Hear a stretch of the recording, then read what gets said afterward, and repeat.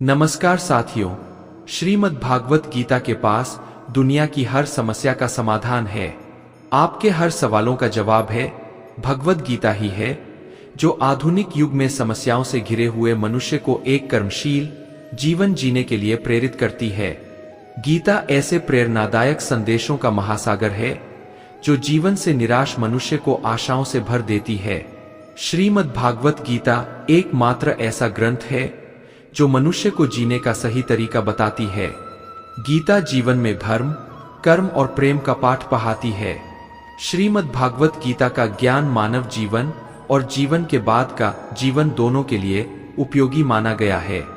दोस्तों, श्रीमद् भागवत गीता भगवान का श्वास है, हृदय है और भगवान की साक्षात मूर्ति है। गीता भगवान का प्रधान रहस्यमय आदेश है। ऐसी दशा में गीता का पालन करने वाला उन्हें प्राणों से भी बढ़कर प्रिय है। भागवत गीता में कुल 18 अध्याय है और 700 श्लोक है, जिसे सभी के लिए पढ़ पाना थोड़ा मुश्किल है। इसीलिए आज के इस बेहद ही खास वीडियो में दोस्तों हम श्रीमद् भागवत गीता के 101 विचारों के बारे में बात करने वाले हैं, जिन्हें जानकर आपका जीवन पूरी तरह से बदल जाएगा, जिन्हें जानकर आप श्रीमद् भागवत गीता का सही मतलब समझ पाएंगे। इसलिए इन विचारों को आप हर रोज जरूर सुने। तो चलिए जानते हैं भगवद गीता के 101 महत्वपूर्ण विचारों को। दोस्तों, भगवान श्री कृष्ण कहते हैं, यह संसार मेरी ही माया है, यह संसार मुझसे ही उत्पन्न हुआ है, मैं ही इसका पालन पोषण करता हूँ, क्नॉइस, और मैं ही इस सृष्टि का विनाश करता हूँ। मैं जल में रस हूँ, चंद्रमा और सूर्य में प्रकाश हो, संपूर्ण वेदों में ओंकार हो, आकाश में शब्द और पुरुषों में पुरुषत्व हूँ। मैं ही सूर्य रूप से तपता हूँ, वर्षा का आकर्षण करता हूँ और उसे बरसाता हूँ। हे अर्जुन, मैं ही अमृत और मृत्यु हो सतसत भी मैं ही हूँ। मैं धरती की मधुर सुगंध हूँ, मैं अग्नि की ऊष्मा हूँ, सभी जीवित प्राणियों का जीवन और सन्यासियों का आत्मसंयम भी मैं ही हूँ। मैं भूत, वर्तमान और भविष्य के सभी प्राणियों को जानता हूँ, लेकिन वास्तविकता में मुझे कोई नहीं जानता। हमेशा शक करने वाला व्यक्ति कभी शांति प्राप्त नहीं कर पाता है। वह ना तो इस लोक में धन, ऐश्वर्य या यश की प्राप्ति कर सकता है और ना ही परलोक में स्वर्ग की प्राप्ति कर सकता है, क्योंकि जब तक मनुष्य किसी भी विषय में संशय युक्त रहता है, तब तक वह उस विषय में सफलता नहीं पा सकता। इसलिए संदेह करने से बचे। हे अर्जुन, तुम्हारा क्या गया जो तुम रोते हो? तुम क्या लाए थे जो तुमने खो दिया? तुमने क्या पैदा किया था जो नष्ट हो गया? तुमने जो लिया यही से लिया, जो दिया यही पर दिया। जो आज तुम्हारा है कल किसी और का होगा, क्योंकि परिवर्तन ही संसार का नियम है और समय के साथ संसार में हर चीज परिवर्तन के नियम का पालन करती है।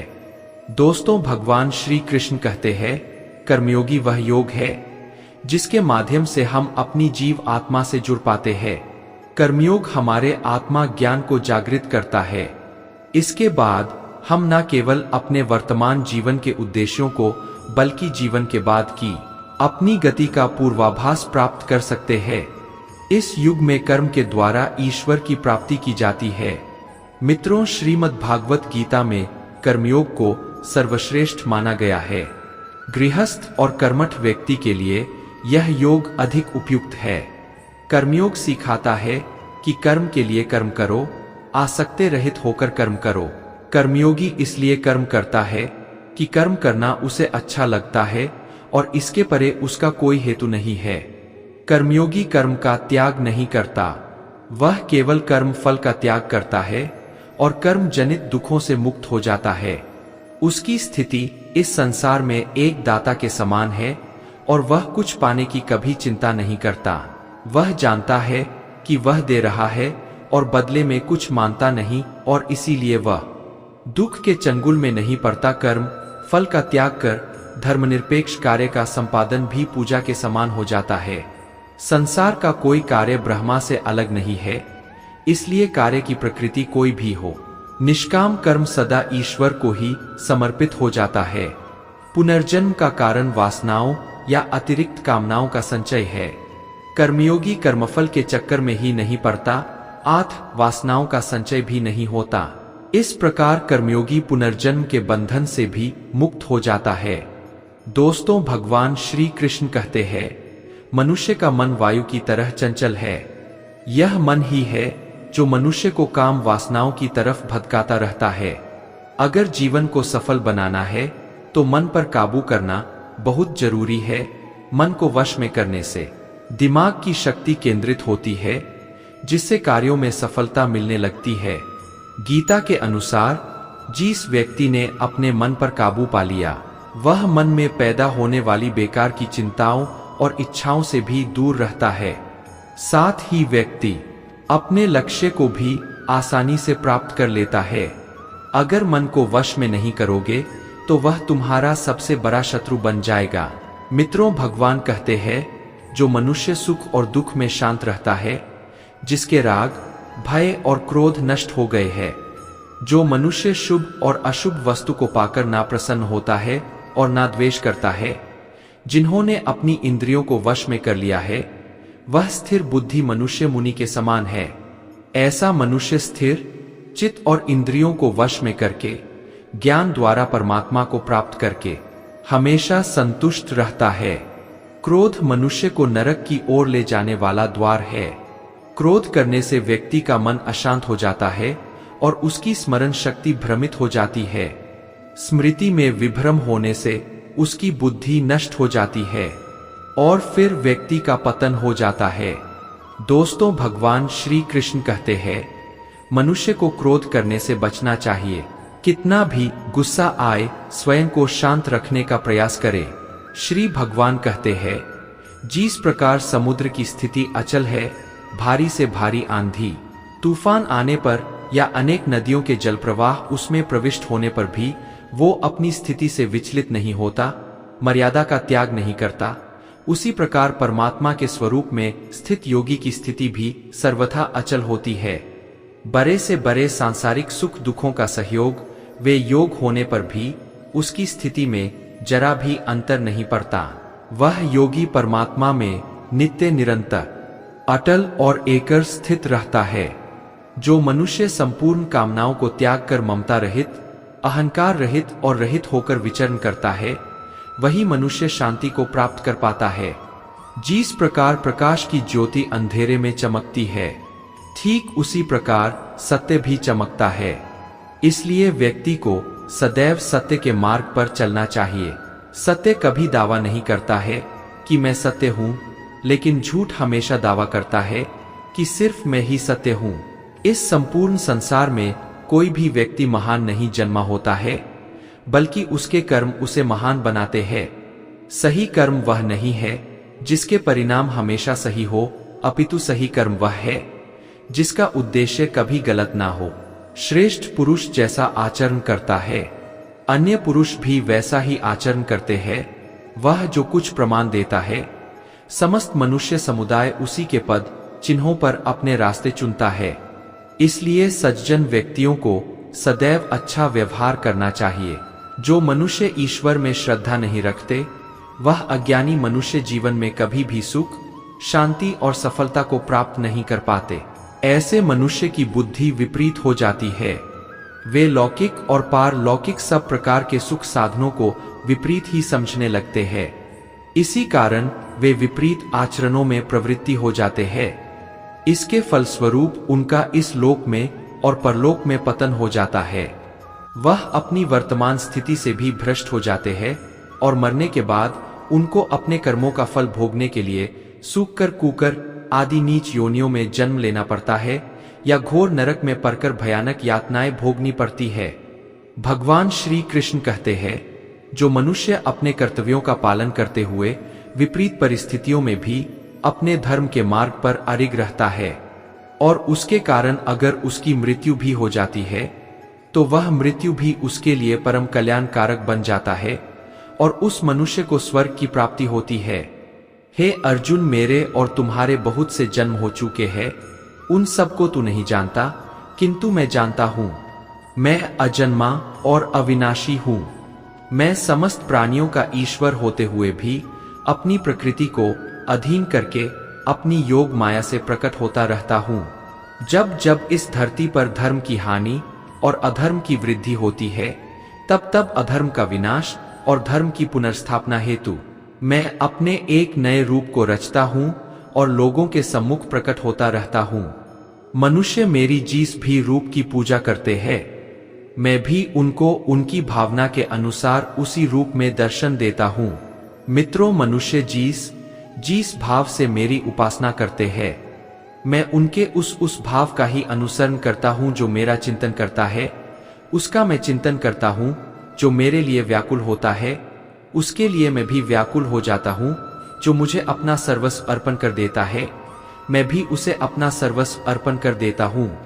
इस मनुष्य लोक में सांसारिक भोग के लिए लोग इंदिरा आदि देवताओं की उपासना करते हैं, क्योंकि देवताओं का पूजन करने वालों को उनके उपासना का फल तुरंत मिल जाता है।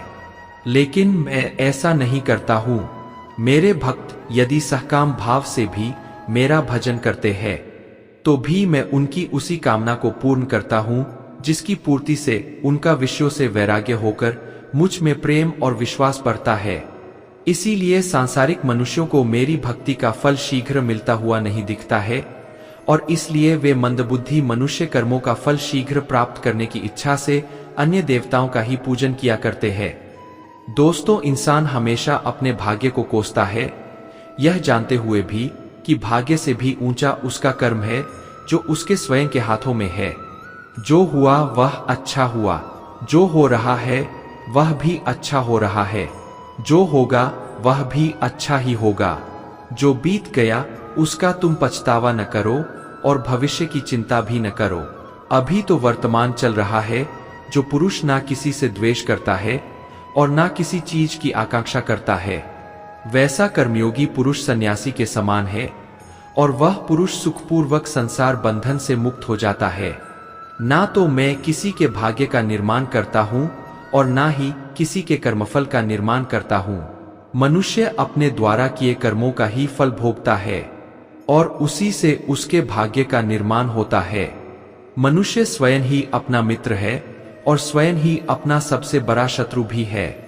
ज्ञानी मनुष्य कर्मयोग या भक्ति योग से एक ही जन्म में इस समुद्र रूपी संसार से निकलकर परमात्मा को प्राप्त कर लेता है, और अज्ञानी मनुष्य काम, क्रोध, लोभ, मोह में फंसकर 84 लाख योनियों में भटकता रहता है।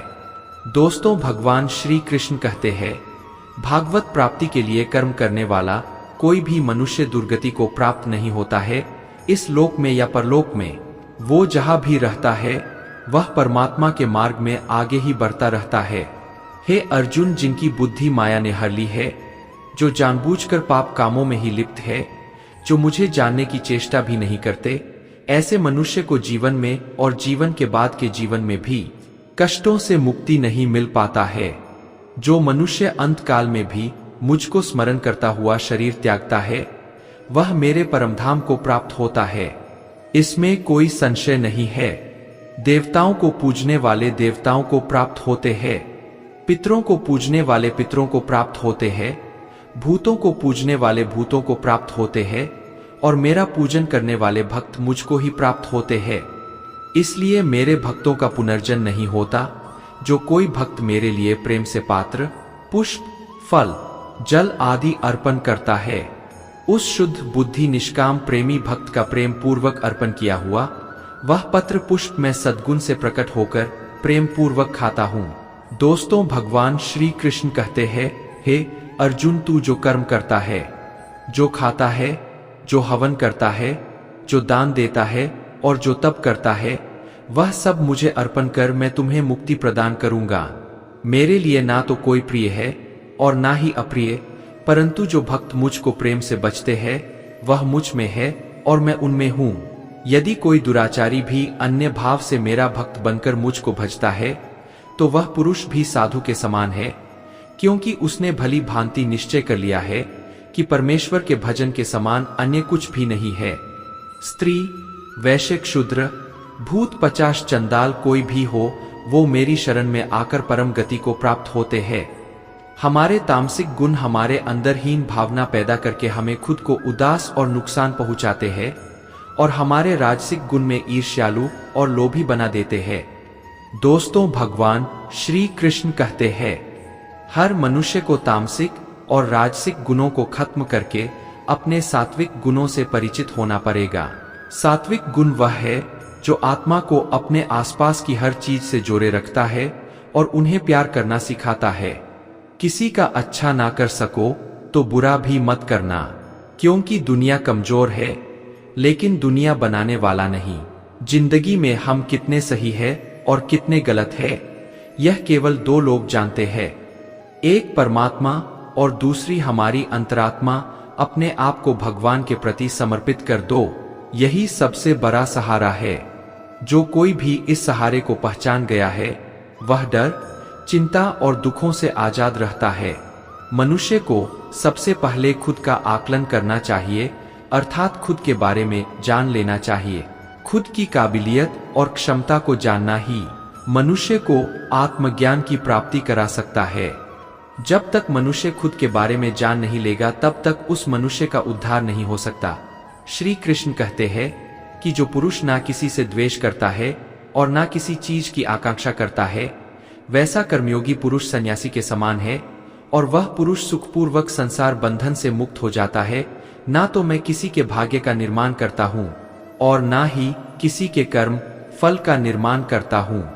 मनुष्य अपने द्वारा किए कर्मों का ही फल भोगता है और उसी से उसके भाग्य का निर्माण होता है। मनुष्य स्वयं ही अपना मित्र है और स्वयं ही अपना सबसे बड़ा शत्रु भी है। ज्ञानी मनुष्य कर्मयोग या भक्ति योग से एक ही जन्म में इस समुद्र रूपी संसार से निकलकर परमात्मा को प्राप्त कर लेता है, और अज्ञानी मनुष्य काम, क्रोध, लोभ, मोह में फंसकर 84 लाख योनियों में भटकता रहता है। साथियों, अगर आपको हमारा यह वीडियो पसंद आया तो कमेंट में जय श्री राधे कृष्ण लिखें, और ऐसे ही प्रेरणादायक वीडियो देखने के लिए हमारे चैनल को सब्सक्राइब कर ले। जय श्री राधे कृष्ण।